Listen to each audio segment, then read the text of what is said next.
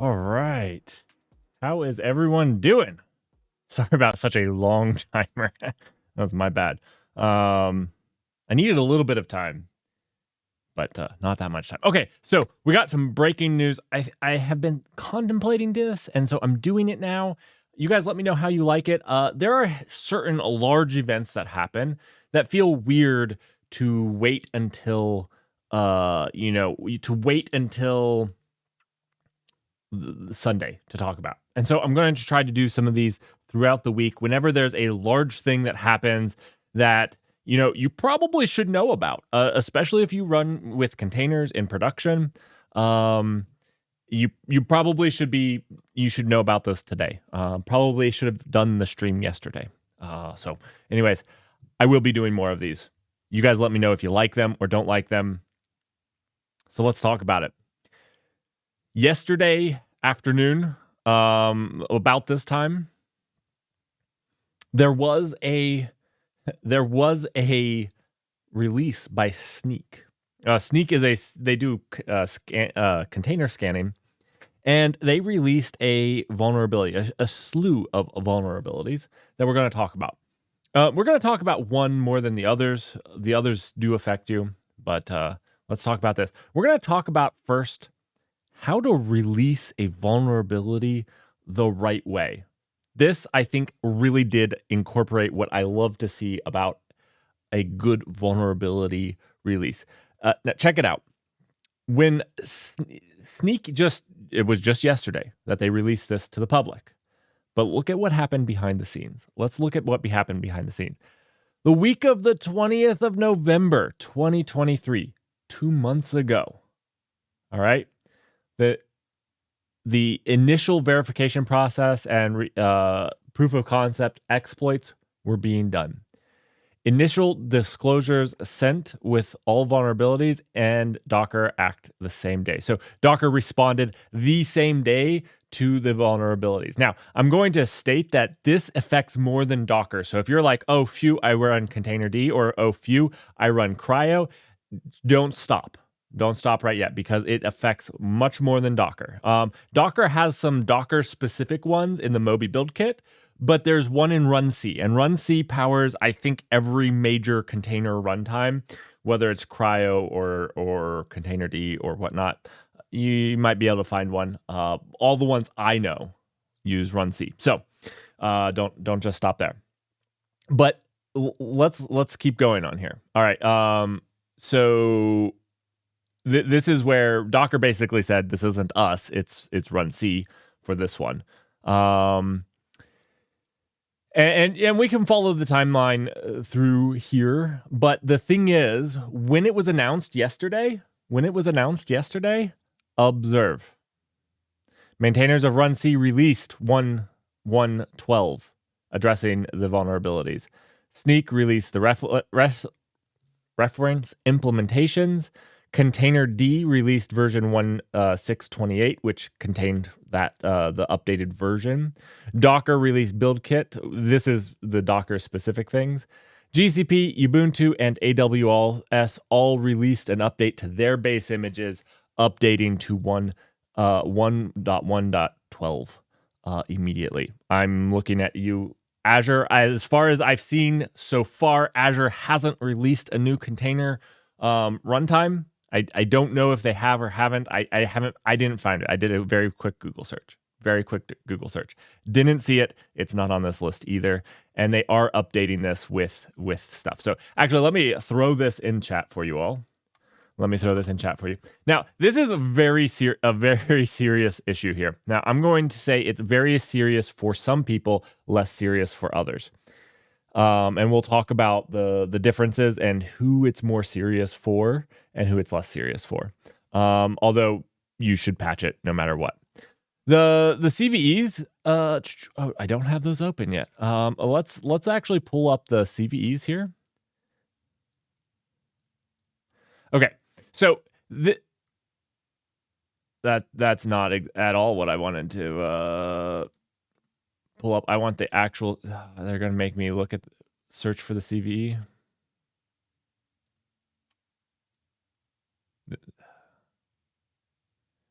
Okay. This is why you get the links up before you start the stream. All right, I guess bear with me a second. We'll get the CV up there. It's not hard to find. All right. Okay, so runC. To understand what this is, runC is the thing that like basically orchestrates with the kernel. And the root of this attack here, and you'll see that there's a couple different ways that this attack can be leveraged, is that there is a file descriptor that is leaked. So, which basically allows you to get control of the base file system. So if you wanted to put it out this way, runC does this stuff here. Manages these namespace. And you have your whole system's namespace. I said system, you could say root namespace here. You have your whole system, and then your containers are given their own namespace. And this is the big protection thing. Oh my goodness, there's an ad break in the middle of my news segment. All right, we're gonna pause for just a second because we have an ad break. We're gonna pause. That's on my list, is to have an ad screen so it's very evident that people aren't missing something. How's everyone doing? How's everyone doing?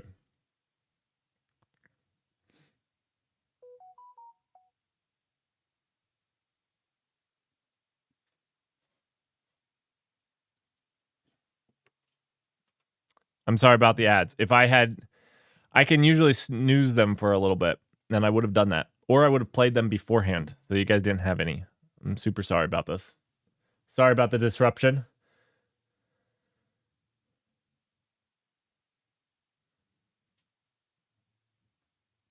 I'm doing well, Dirk. I had a fantastic stream this morning. That was a ton of fun. If you guys missed it, it was super early. It was like 6 a.m. for me. It was a lot of fun. There was actually a ton of people. There was more people on that stream than I've probably streamed to in my entire streaming career. So that was nerve-wracking. But it was also a ton of fun. I actually had a lot of fun on that stream. I was basically handed a coding challenge. Oh man, I was basically handed a coding challenge, and it was fun.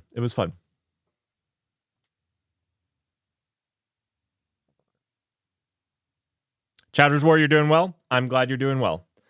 Hopefully this isn't gonna screw too many people. This is a pretty big deal. I actually think that the NVD rating, the CVS. My gosh, my English. Anyways, I think its rating it was an 8.6 is actually too low. But I'm going to explain why I think it got a lower instead of the 9.9 that usually these types of things where remote code execution is possible. I think I understand why they put it a little bit lower, but it's pretty severe if you're a certain group of people using containers. Is Modprog still continuing the coding challenge? If Mogprod is, we'll rate him after we're done with this little news segment. 100%. Thanks, Eskandral, for pointing that out.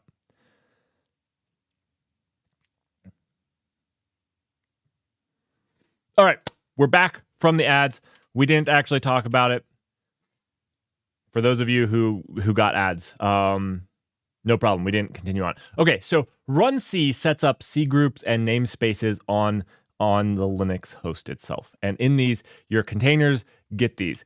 What happens here in this is that basically, due to an internal file descriptor leak, the attacker could cause newly spawned container processes to have working directory on the host file system namespace. So instead of being confined to this, basically a leaked file descriptor would give this container some pointer to the system namespace. And the problem with this is if you have the ability to arbitrarily write stuff here, you can leverage that to arbitrarily execute code here as well.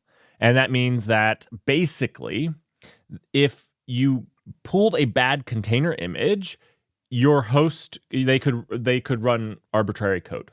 Now, I think the reason this didn't get a 10.0 out of 10, and it didn't even get a 9.5 or 9.6, it got an 8.6, I believe. I believe 8.6 is the security rating. Wait, my goodness, isn't it like right on? Oh, it's still, NIST is still figuring out. I believe most people are rating it at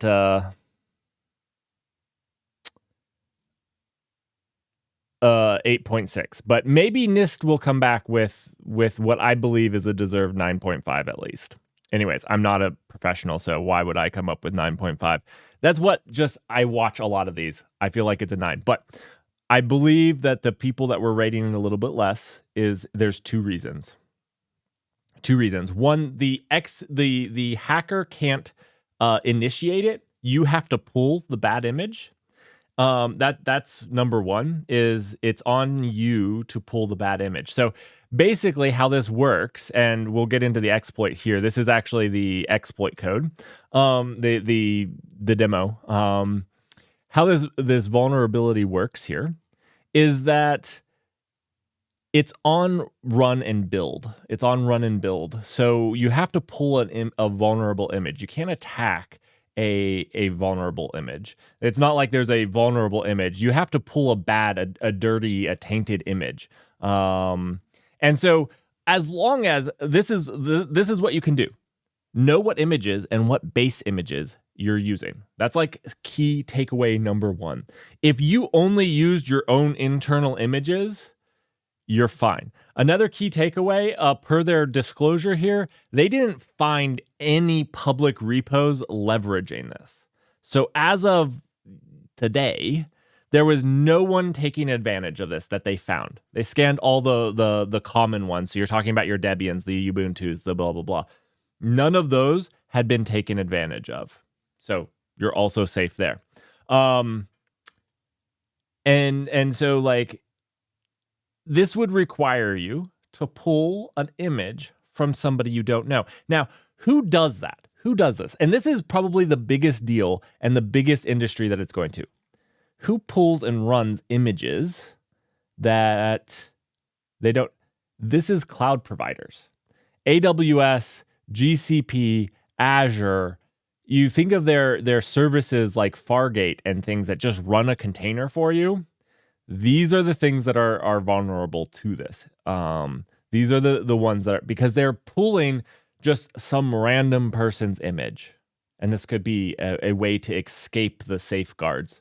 Now, they have a lot of safeguards, but those are the people that are going to have a lot more issue with this because you don't know. So the Null Cloud is another one.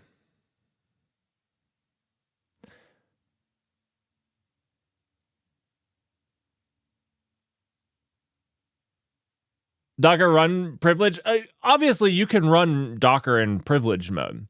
The thing is, this gets around that. This gives you privileged without actually giving Docker privilege mode. Like you don't have to give it the permission, the capability. That's what they're called. You don't have to give your container the privilege capability.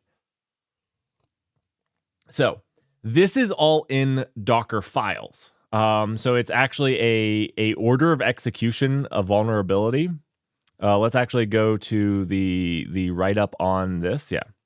So this is an order of execution vulnerability where how the file descriptor wasn't getting cleaned up. And I haven't actually looked into the code of runC for this. So I can't really say that.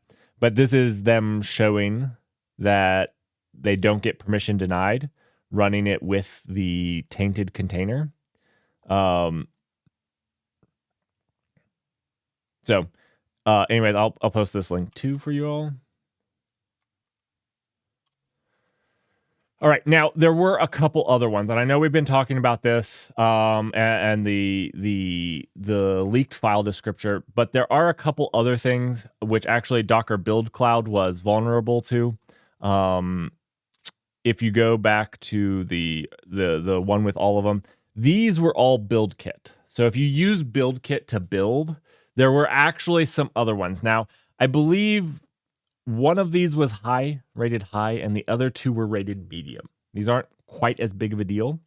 And they're when you're building one of these bad images where you can basically take over the build machine. That was, I believe, this one, the build kit mount cache race.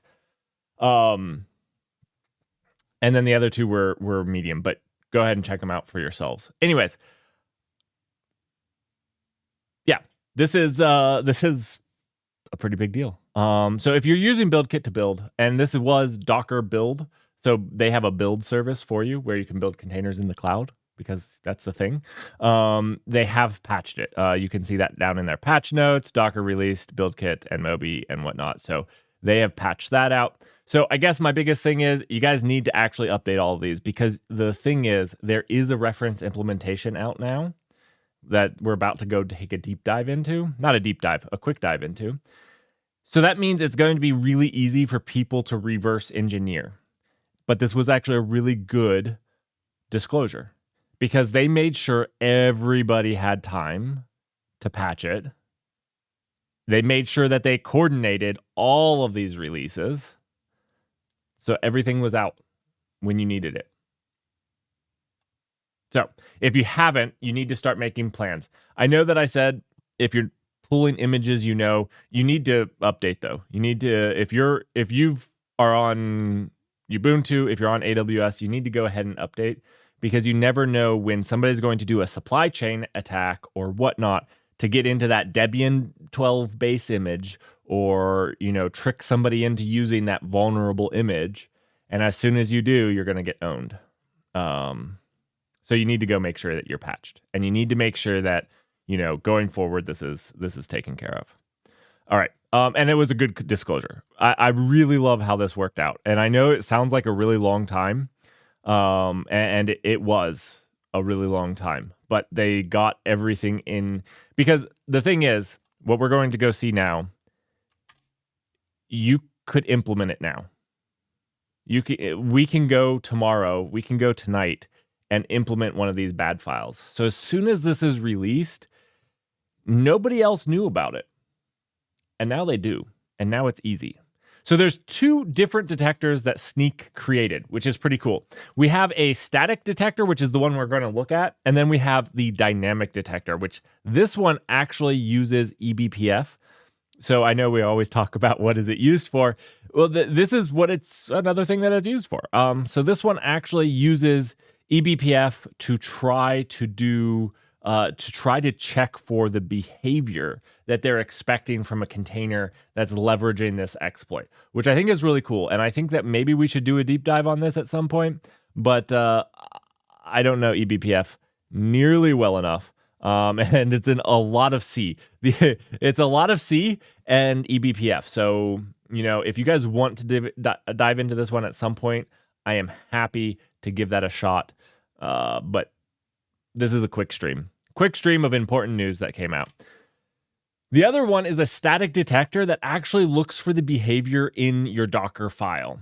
This one is much easier. It's all written in Go. It doesn't have eBPF.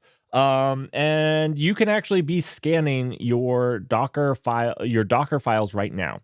The really cool thing is that this actually scans the Docker file and actually scans any from reference. So, if you're doing from Debian 12, it will also scan Debian 12 to the best of its ability, because it just goes through the history of the layers. So there's, again, it's not perfect, but you can go ahead and do this. Yeah, this is pretty cool. Any questions so far about what we've covered?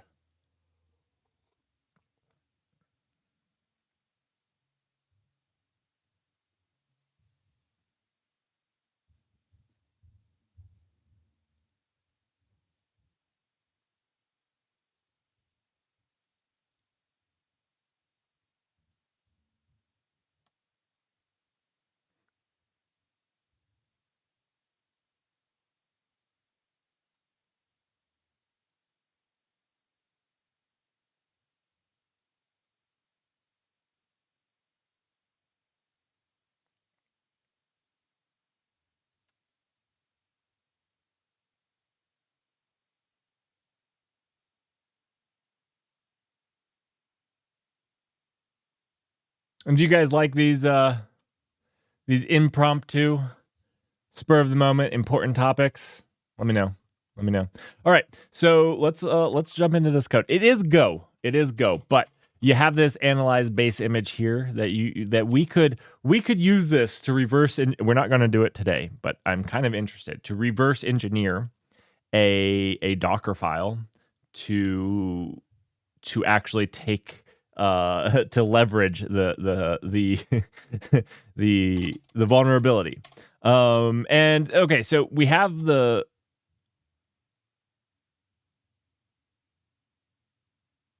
oh yeah, I'm done with work. I'm supposed to be eating dinner in about 7 minutes, so I gotta hurry up and finish, or else I'm gonna be in trouble.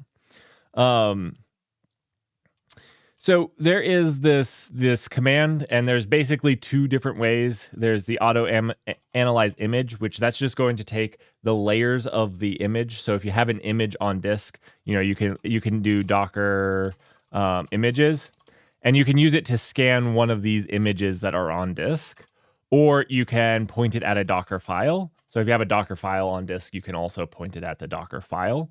So those are the two ways to leverage it. And it just has this analyze command, which does these things. So it's actually not that complicated. There's a little bit of jumping around. I'm not sure that I fully understand everything it does at this point. But yeah, so it gets the base images, and then it just calls this auto analyze on it.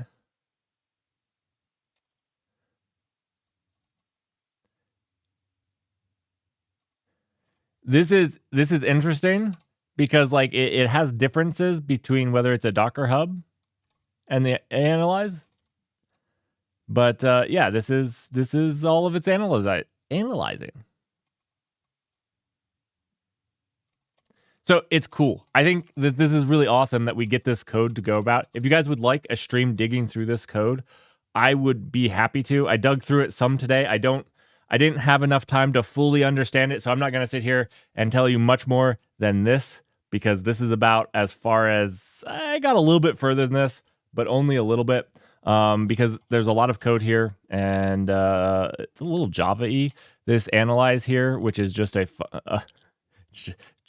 just some interface somewhere. It feels a little Java-y to me, but I would be happy to. But I wanted you guys to know this is out there in the wild. You need to update. Golang in this economy? Yes, Dutch. Anyways, that's going to be it for me for right now. I don't know if I'll stream later tonight. Pretty long day. I hope that you guys like these impromptu little bits of nuggets of really important news that happens. If you do, I'll continue doing them. I'm going to try to analyze them the best that I can before we do them, but I also am not going to wait until I have enough time to have gone really far in depth, because you need to hear about them. So anyways, let me know how you like them, what you'd like me to change about them, and let's raid Mogprog if he is still going.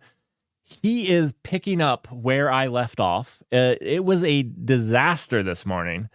Disaster. Yeah. Let's see. Is Mogprod?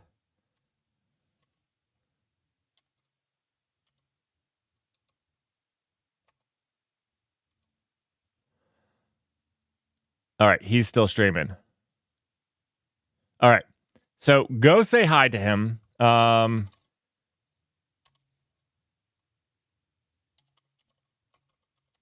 And thank you guys for joining me, and I'll see you guys. I'll see you guys later.